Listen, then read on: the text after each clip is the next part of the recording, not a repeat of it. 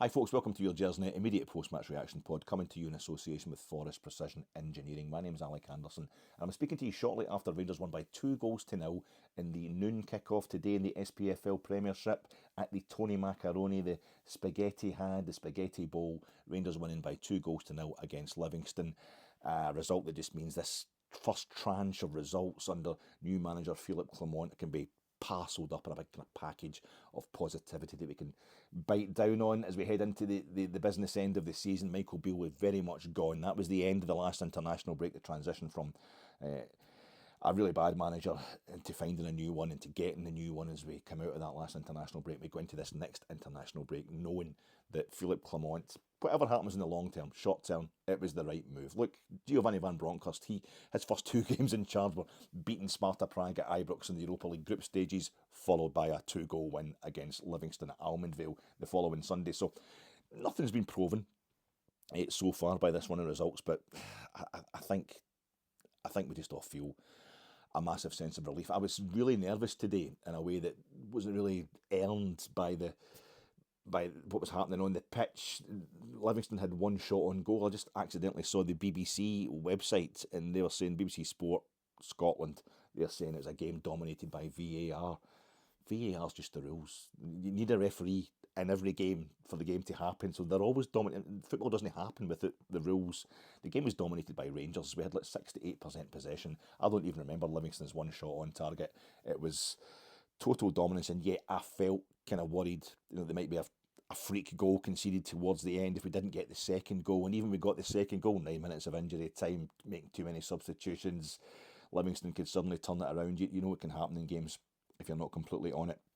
Because in a microcosm, a game like this, you want the positivity to get this stamp of authenticity that victory brings. It's like if your team's playing well against a bigger opponent, perhaps in Europe or something like that, and maybe you're leading by a goal 10-0, but there's so much time to go, you can't get that second goal to put it to bed. You're just worried because you know that all the positivity, all the great play that you've had in that game, it will dissipate under the kind of negative karma that a bad result, particularly a late equaliser or whatever, will engender. So it was really good today that we got ourselves through that. So it's just all about Clement, momentum maintained going forward. That's him got 4 wins in the league, dispensed with Hearts in the League Cup semi-final last Sunday to get us into our first cup final of the season. And the only game that he's failed to win, the only game in which we failed to score, was a 0-0 in Prague in the Europa League, which set us up really well for beating Sparta the other night, one of only 2 games in which we've actually conceded a goal in the 7 games that Clement's been in charge now. Add to that the little 3-0 win at St Mirren, a really underrated result which Steve Davis managed to achieve in his second of his 2 games in interim charge. And we're on a cracking wee run domestically as well as in Europe. So everything's got in the garden is rosy, and I'm sure as I talk to you, as I record this, Aberdeen will be absolutely pounding Celtic at Parkhead, because Aberdeen are always fantastic. Aberdeen are really fantastic when they go to Parkhead. They're always top of their game, always get a great result there, particularly after coming back from Greece on Thursday night. That'll make them even sharper. So yeah, everything in the garden absolutely rosy just now, but nothing long term proven. If Philippe Clement goes on and gets us to a European final, the same as what Gio did, and fails to win the league and has to move on his merry way, then I'll take that. I'll take another European final. That's fine. But yeah, it was just great to get the win under the belt today. The game itself at the Tony Macaroni. Listen, I'm going to do a bit of boasting here, memory lane stuff. 25 years ago, I get picked up at an airport. It was Milan airport, and taken up to the Bergamasque Alps, the Aerobic Alps. The Alpi Orobi, there's a kind of like Diet Alps, the Alps Light, not that high, but just high enough to be picturesque. It was my wife to be, and her sister taught English in Milan, and her boyfriend, he worked in Milan during the week, but him and his mum and dad their home was just outside Bergamo, up in these hills, these mountains. It was absolutely fantastic. So they take us up there. That's our treat. They take us straight up there for our first night, and I fell in love with his mum, Signora Volpe. She couldn't speak English, I couldn't speak Italian, but she's the greatest chef I've ever met in my life, and I was the greatest eater she'd ever met in her life. No, they were into all the cycling. Her husband and her son were into all the kind of cycling and fitness stuff, all that kind of mad stuff the Italians do. So they'd have a little bit to eat and then just push the plate aside. That'll do for them. I wasn't pushing anything aside. I'm not the most sophisticated of eaters. I don't have the fantastically sophisticated taste, so Italian food, the kind of peasant food, absolutely love it. So it was a match made in heaven, and the boys were getting the grap at it. Only 3 people in our village have ever been able to drink more than 2 of these in one night. So that was hammering the grap as I was getting 3 or 4 of them into it, doing it for Scotland, representing one of the greatest nights of my life. Today was more like you've got a bowl of lasagna out the microwave, couple of sticks of garlic bread, a glass of the house red, in a shopping centre in Livingston. That it was getting the job done. It was kind of filling the hole rather than sending the taste buds absolutely crazy. Rangers we dominated the game, but I think the 4 changes that we made really didn't help the flow from Thursday night be maintained. There's very much a morning after the night before feeling about this. For me, particularly, it was an engagement party in Coatbridge last night in a Rangers pub in Coatbridge. It was absolutely brilliant. What a great night had by all. But I was feeling a bit worse for wear. It's that low winter sun at noon. The game's kicking off. As I was getting in the actual curtains, I had to shut the curtains I couldn't see the game properly in the telly, so I had to shut the curtains because it was such that low, bright sun that looks like it could be dawn, but also looks like it could be the setting of the sun. So that made you think about a particular an ode, a particular poem about the fallen, and I thought it was a lovely tribute from the away end, or one of the 3 away ends that we have at Almondvale, with the poppies going up, a beautifully observed minute's silence, which after a weekend of absolute horrors, when it's trying to remember the people who've served, the people who've protected the country, kept it democratic, has been portrayed as you've been a Nazi, and then certain people have taken that kind of the act of remembrance as an excuse to behave like a Nazi as well. It's just been absolutely horrible. So I've had a couple of cousins served Afghanistan and Northern Ireland and what have you, both Celtic fans. So all that nonsense can go right out the window. And my step-grandpa, he was in the RAF ground crew over in India during the Second World War, and I've got his medals, just service medals or whatever it is they get them. It's a big part of our life. I know a lot gets made of it and people try to politicise it, but it was lovely to see people just remembered today properly. But I think the morning after the night before feeling for Philip Clement was Sparta Prague at Ibrox was the night before, and he's trying to get his players. We try to rotate the squad today, and I was a bit worried about how much he'd rotated it. We had 4 changes. Leon Balogun coming back in for Ben Davies straight away as soon as Leon Balogun's available again, because obviously he's not in the European squad. I thought that was a bit of a statement, unless you've heard something that Ben Davies has been dropped, he's injured, something like that. I thought it was quite a statement for Big Balogun to come back in. I love Leon, think he's fantastic, great player, thoroughly deserved, but it's not a very good one for Ben Davies, that, for him to be dropped again at centre half. And then we had up front, I had to feel sorry for all the Rangers fans who are, I'm not angry about Sam Lammers, and I'm trying to find, I've seen things that he does do correct. I don't just mean that absolute belter he scored against Dundee at Dens, which people are using as the exception to the rule. I feel as if he's a better player than we realise, and the fact that Philip Clement keeps playing him in a winning team would seem to prove that. And today was maybe one of our poorer performances under Clement, and Sam Lammers hasn't started. But a lot of Rangers fans, it's like there's been so much hate and bile at the beginning of the season, totally justified as well, because the disastrous way Michael Beale started it. It's like we're scared we're going to get the bends by getting too positive too quickly, so we have to kind of dissipate slowly, channel some of that anger and bile into something, and it's Sam Lammers. He's getting it. Why is that guy playing at 10? Why is he playing at all? We've got Todd Cantwell, get him at 10. And folk must have looked at that team sheet today and went, oh, Lammers has been dropped, and Cantwell has been as well. So it was quite a weird. Tom Lawrence, Merry Christmas Mr. Lawrence of Arabia, quite a kind of a war-based tribute. He was in at number 10 today. Tom Lawrence, our Welsh wizard, and young Ross McCausland got a start on the right of that 4-2-3-1 formation, which he's sticking with. Philip Clement up front. Danilo, the Brazilian wunderkind, he's been dropped, and it's Cyril Dessers, another boo boy. He's back in, playing up front. So I don't know. There was something mumbled by Clement pre-match. He was talking about the pitch, plastic pitch. You don't have plastic pitches in top leagues. Quite the burn there, Philip. That was pretty harsh, but getting the point made and getting the excuse in before the game, which was always good. And he was also talking about the fact that Scottish teams should be looked after when it comes to resting properly after European games, because we're trying to represent Scotland in Europe. So it's a lot to learn in that front, Philip. But a good point, well made. But there was something mumbled by Clement, or did I read it somewhere else, about the international break and players being away on international duty. But I mean, I don't think Danilo's playing for the Seleção, and I don't. Todd Cantwell's certainly not playing for England these days. Sam Lammers, if he's getting a game for the Netherlands, and they're in a bad way. But no, I think Sam Lammers is a better player than we realise. But it didn't really make sense with the changes he made. But anyway, we had these 4 changes, and we looked a bit not as sharp as usual, but not terrible either. And it was pretty incident-packed first half. We ended up with having the ball in the back of the net. It was 8 minutes in or something like that. Ball to the back post, and there is big Leon Balogun nodding it back across the goal. And it was Connor Goldson that put it in, wasn't it? He put it in eventually. It was a free kick.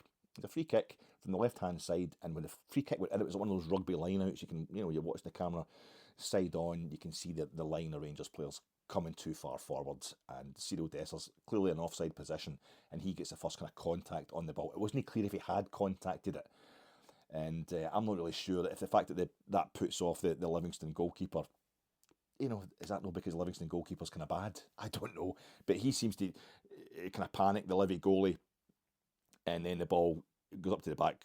It's going to go out at the back post, but Leon Balogun nods it back, and Connor Goldson taps it into a virtually empty net. But that's ruled out for offside for Cyril Dessers having interfered with play, so to speak, having put the goalie off. And I think it was a correct decision. He was miles offside, and it did seem I think it might have actually touched the ball as well, Dessers. So that's absolutely fine. And then if it wasn't fine, it was balanced out by the penalty that we got about 17 minutes into the game. Young Ross McCausland, he gets himself in between. There's lots of kind of 1-2 with Tav out on the right-hand side, and it doesn't come off properly. And the 2 Livingston centre-halves are quickest to the ball. But young Ross, I mean, he's built like an X-ray. He gets in there between them and behind them, and he wiggles through, and he's kind of going through on the goalkeeper. The camera angles, it's a really small stadium at Almond Vale. Everything's really cramped. Even when you're watching it on the television, down goes Ross McCausland right at the byline. Looks like he's been fouled. Penalty, that'll do fine. Then you see the action replay as Tav's getting ready to spot the ball. This looks like a total dive, got to be honest. But the goalkeeper does touch him on his way down. The goalkeeper touches his foot, and I don't know if that's enough to make it a case of the referee's decision isn't bad enough to merit being overturned. It's not a clear and obvious error. This is the whole thing. We all hate VAR, apparently. No, I don't. But we're supposed to hate VAR, but none of us, myself included especially, I don't know the rules of football before you actually take in VAR and the protocols that are brought in for that. But it was a penalty. I was surprised. Tav steps up, and I'm even more surprised because he puts it wide of the post to the right-hand side, and you start thinking, could this be one of those days?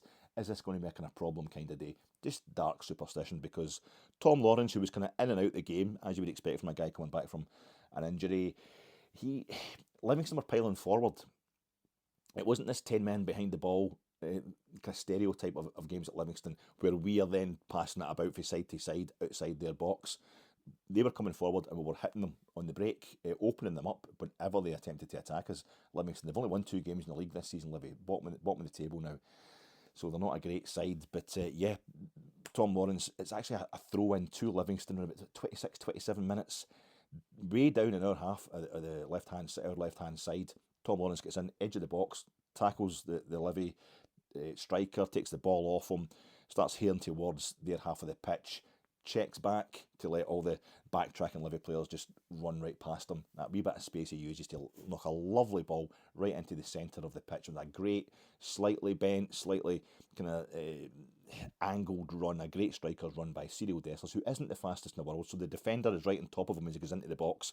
Cyril turns him inside out, and then the ball ends up in the corner of the net, but it's like it comes off the centre half. Is it Kelly? It comes off his leg and kind of goes through the goalkeeper as well.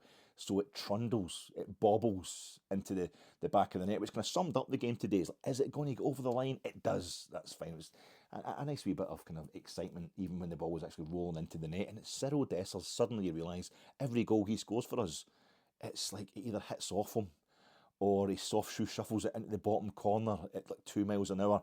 This whole thing I have about Cyril Dessers can't hit the ball cleanly. He can't strike the ball with any force. It's borne out by every single goal he scores. The ball just bobbles slowly into the net, like a shove shot at the snooker. But in it went, and it was all the more delightful for taking so long to get over the line. Total relief. And then we have, was it 45 minutes, 44 minutes, number 45, Ross McCausland fires one into the top corner after a great ball by Connor Golson. Again, Philippe Clement knows Connor Golson's got a cross on him. He's got a long ball on him. He's hitting a few worldies the other night against Sparta, and he was doing it again today. Involved in the attack quite a lot, Big Connor. So he had a shot right at the end at 2-0, which the manager was absolutely gutted about after him playing a 1-2 to work his way into the box. It was phenomenal. You're like, is that Connor Golson? It is. Aye. That explains why he knocked it over the roof. But great ball to the back post from Connor Golson over the left-hand side. In comes Sima. He's holding off. It seemed to me he's getting pulled by one Livy defender, and then he kind of falls towards the other Livy defender who hits the deck. I felt as if he was falling already. And the goalkeeper's right on top of him as well, Sima. He seems to be getting kind of ambushed by a whole lot of Livy players, and miraculously manages to pull the ball back, hook the ball back towards Dessers, who's coming in behind him. Dessers smacks the ball off the goalkeeper. It bounces back out to the edge of the box, and there's Ross McCausland, tight angle, fires it right into the top corner. Brilliant. I'm going nuts. He's gone nuts. I'm dancing about in front of the television, and just this, I'm looking at the pictures of the players celebrating. And Ryan Jack's behind young Ross as he celebrates with the fans. You see Ryan Jack turning around going, oh no, wait a minute, think of tapping McCausland in the back, and then Dessers comes in and he's already looking at the referee. You think, okay, this has been pulled up. And then it's John Lundstrom up at the referee giving it, like he's pulling Seaman's shirt, going, no, look, it was like this. This guy was pulling his shirt. This guy here, his shirt's getting pulled. I'm pulling like this. Absolutely brilliant. Trying to make his point. Referee judges that it was a foul by Seema on the defender who fell over, and Seema did put his arm on him. He did put his arm on him. Now, in real terms, that's not what's caused him to fall over. But it's like the McCausland winning the penalty that Tav then misses. Technically, and this is the thing, people say, oh, we want consistency, and consistency is absolutely impossible in football. You've got 22 people running about, giving it absolutely everything, and all the variables that happen in a football match. There's infinite variables. So the only way, if you want consistency, you have to apply a rule that, by and large, discounts intention, if you know what I mean. So this is what happens here. His hand, just like with a handball sometimes, we didn't get a penalty in that game again. I thought we should have a penalty in that half, sorry. I think it's the same Livy defender who went down under Seema's touch. He has the ball, he handles the ball, but because his hand's in his side, is in towards his body, that's not a penalty, right? Whereas I feel as if he did it deliberately. The penalty we then get in the second half, I feel that was more accidental, although Devlin's generally putting his hand towards the ball.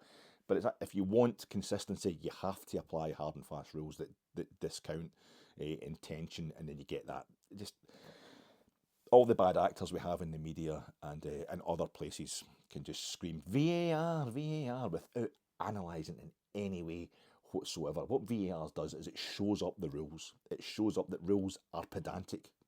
Surprise, surprise. There have to be somewhere they start and somewhere they end. No, you can't be offside by a toenail. Well, then you can never be offside ever. Of course you can. It's just one of these things. You have to ignore all the noise. It wasn't a goal. So we go in 1-0 up at half time, and you're thinking, bit shaky. Livingston bring on Jason Holt in the second half. Loved Jason Holt when he was at Rangers, for the remit that he had at that point in our history. And they have a quick move up the left-hand side in the first minute of the second half. Ball goes into our box. Could have been dangerous if anybody got in the end of it. That was it. That was all Livingston did in the second half. But I nevertheless remained worried until we got that second goal. We had, was it Barisic, I think, floated the ball into the box. In goes Seema, and Danilo's on by this point as well. So Seema and Danilo attack the ball, and it's Devlin, the Livingston captain, centre half, as the ball, I just thought it had been flicked on by somebody, but the slow motion replay showed his arm went up. He touches it, he's wearing the yellow long sleeves, doesn't help. The Under Armour helps it get spotted really easily. He clearly handles the ball where it comes off his arm anyway. And it went out for a corner eventually, but referee, this is the whole thing. It's really annoying. I think VAR is really annoying because that goal we thought Ross McCausland had scored, and it's ruined the natural flow. of the game. But the benefit, the other side of that, is balanced out by the fact that that was just a random ball into the box to get cleared for a corner. Suddenly that gets brought back and it's a penalty, and it's the moment that saves us. James Tavernier, he second Sunday in 3 that he's gone up to take his second penalty, having missed the first one.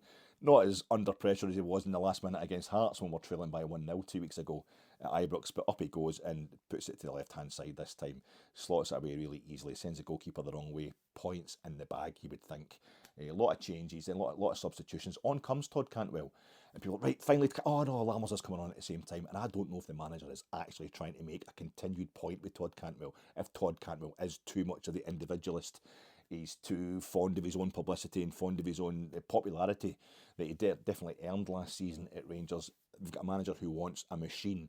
Having a wee go at him and Danilo for their celebrations, the wee dancing celebrations the other night against Sparta Prague, which were right in front of me and I absolutely loved. But yeah, I like that. I like the kind of discipline. You know, you can celebrate like that when the game is 3-4 nothing. It's been totally put to bed. And he come on today.